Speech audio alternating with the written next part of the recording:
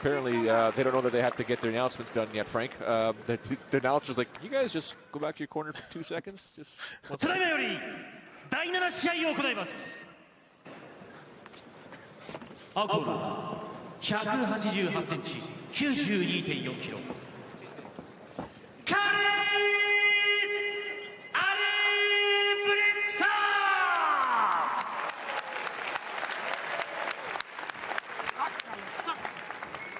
赤コーナー193センチ 92.95 キロ。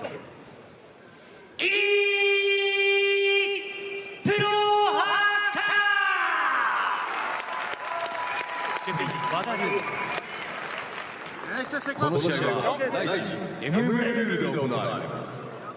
なお、両者の応援により一時による頭部への攻撃が認められています。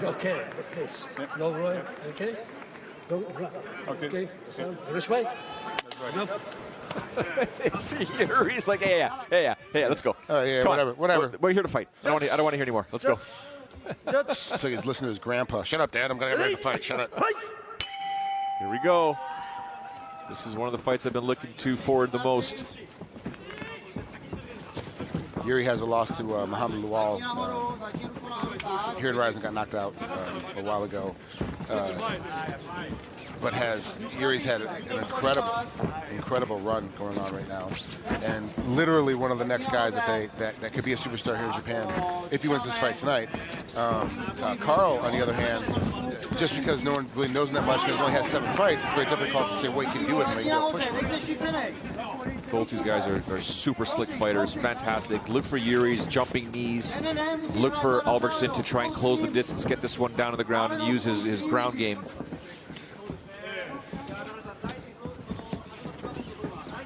Not gonna lie to you, ladies and gentlemen, I am surprised, even though it's not even a minute into the first round, that there hasn't been some explosiveness here. These two guys, very intense, really understand they want to get rid of the other guy from anyone's radar at Rising.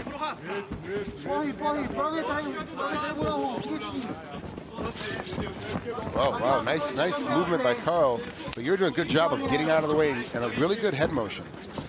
Even though his hands, you look how Jiri's hands are always kind of down, but he's still very difficult to hit.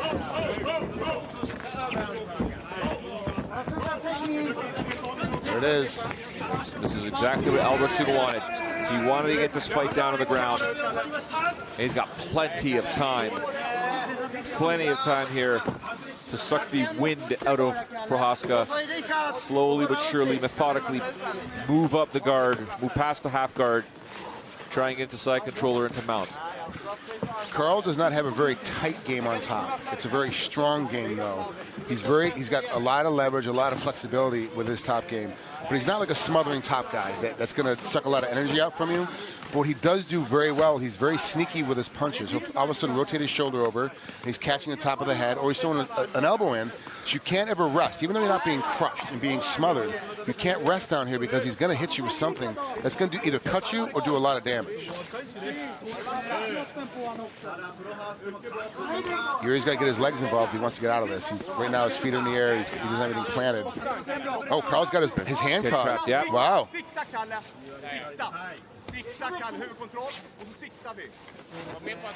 Who was it way back? I think it was Tank Abbott against Hugo Duarte. He had the hand trapped and just fed him the punches. Or Vladimir Medashenko every time we would go together and practice. Yes, especially. Did you just let go? This is just dumb. The janitor, yes, sir. What are you going to do now? What are you going to do now? Just take this. Shut up. I can't get out.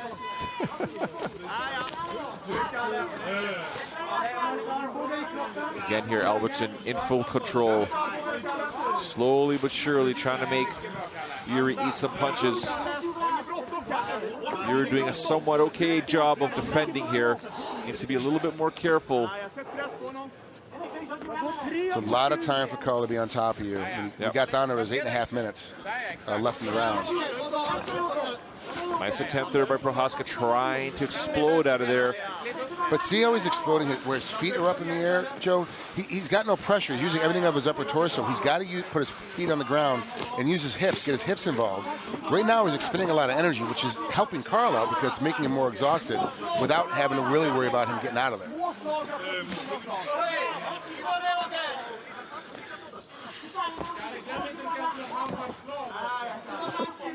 Just about 4 minutes gone in the opening round here. Scheduled for 2. First round 10 minutes. Second round 5 minutes. Karl Albrektsson on top of Jiri Prochazka. As Frank said, Jiri's positioning is incorrect here, but he tried to buck to the right side, which is the smart thing to do. But yeah, I believe, Frank, you need to buck and hip escape if the buck fails. You're ready to do both. And what we're seeing is a lot of one-time, let me hit this one-time explosive position, let's see what happens, as opposed to hitting, and it took me a very long time to learn this, is that you can't do one position, you have to do a series of super small ones until you can get a position change where that one big one is going to get you completely out. Jiri's stepping all the way up to the final and not getting away. There you go, a little old school here. Elbow dragged across the face. Obviously, we didn't say before the fight or during the intros, elbows are allowed. Both fighters have agreed to elbows in this one. And to be honest, we've had a lot of fighters tonight agreed for elbows, and we really haven't seen that much damage done with elbows at all. Obviously, under Japanese MMA rules, the head stops and second kicks, we haven't seen very many. Tonight, you're right. We saw the one knee for the finish earlier, but it was already done before the knee even came into factor. And the knee didn't really land that well. I mean, obviously, Asakura knew it was already done and didn't throw full force into it. So there we go. Prochazka gets out. A good job defending himself down there. 4.5 minutes to go in the opening round here. He was able to survive. What Albrektsson wanted to do in this fight was to get it down to the ground and punish Jiri. Didn't do much punishing, in my opinion, Frank. And now it's really time for Prochazka to really pick up the pace here, try and get this finish to stand up, which is where he wants it.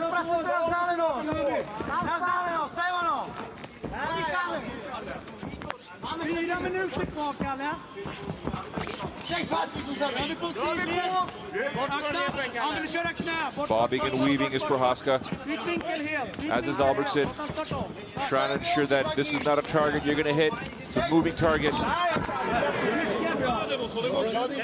Respect those Prochazka. Went to throw a kick or a knee and kind of hit the groin. And Karl shook it off. A little high in that body lock. It's a mistake for Prochazka when he does strike in that manner to get too close to Albrektsson, because Albrektsson wants the double underhooks, wants to clinch. Prochazka is such a long fighter. He's so tall. He needs to use his length a lot more. He's really not using his length. He's really trying to step inside because he is explosive. He is strong. But he needs to use a lot more of his length in this position, because if you let Karl on the inside, he's going to take you down again.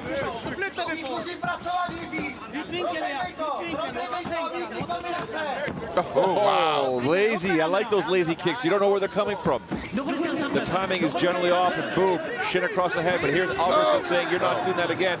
We're going to the ground. I thought Jiri was going to be able to turn the corner on him as he got him thrown and put him on his back. Instead, he gets caught down. Oh, did he? Oh, look, Karl's bleeding. Yeah. So he got hit with something.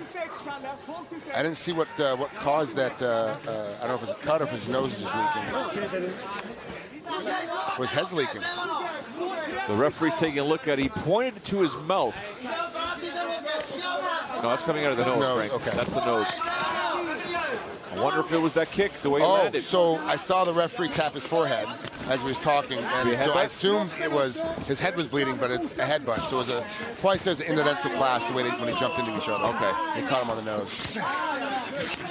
I'm guessing, Joe. I don't know for sure yet. You have to wait till the round's over before and get it all sorted out. Just over 2 minutes to go in this opening round. Albrektsson has him where he wanted now, and I'm sure there's a sense of urgency, realizing that is my blood that is falling on top of my opponent, and I'm on top of my opponent. I got to bloody him up now. You never know how bad you're actually bleeding when you're in it. All you see is blood everywhere, and you realize it's your own. Now you're like, okay, if this goes to the doctors, this might stop. I might lose this fight. I've got to keep moving. I've got to keep trying to get this fight in a position where I can win. And unfortunately for Karl right now, he's in a spot where he could win this fight, but Jiri's so good from the bottom that he is stopping him from being able to do any kind of real solid damage from him. We just saw the look from the referee's angle. The referees here at Rizin do wear cameras. He's still trying the ground and pound here. Albrektsson still working away here. Just over a minute to go here in the opening round. As you saw there, Frank, Jiri just kind of opened his hands going like, are we going to still be here for a while? Or because you're not doing anything. Yeah, well, the thing is that on the bottom, he's not taking any damage. So it feels like there's really nothing going on. There's nothing happening. But as we can see, and as you guys can see at home, that there is a lot of action going on. Karl keeps battling to keep on top. He keeps moving. Every time Jiri tries to get out of half guard, he puts him back There's in the half guard. There's some hammer fists. There we go. There's some shots being landed there. Now we got the elbows that Frank Schrager was mentioning. Why he stopped, I don't know, for the position, but he could have kept going, Frank. Absolutely. I mean, good job by Jiri to keep getting out of there. Fantastic job by Prochazka. And now there was the jumping knee attempt there that was mentioned. Nice left hook landed by Albrektsson now. 20 seconds ago, he drops him. Prochazka drops him. Uppercut. 15 seconds to go in the opening round. Picking up the pace is Prochazka. Bobbing and weaving his head is Albrektsson. Taking the shots, hair flying everywhere. It's over. The referee says that is enough. Right before the final bell, Prochazka, after surviving the ground and pound on the ground, emerges victorious to defeat Karl Albrektsson with seconds to go in the opening round. That's incredible. He was completely getting schooled on the bottom, was in a very bad position, never allowed any kind of damage to come down there. When the damage did come, he took advantage of it, because when someone sits up, he's been holding you for all this time, he sits up, gives you damage, he's now let you go. And usually what happens is everyone starts to panic, and they get punched and they get elbowed, and then you jump back down and hold him again.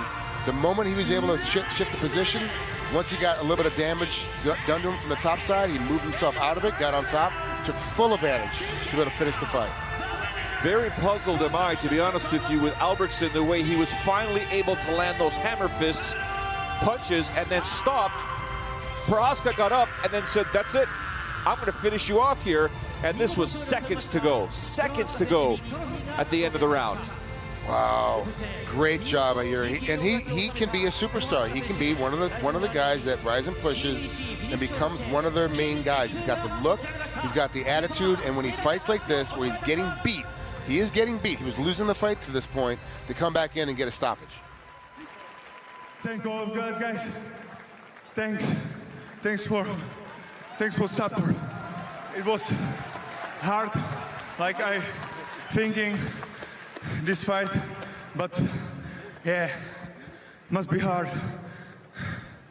Thanks for everything. Good ground from Karl, but winner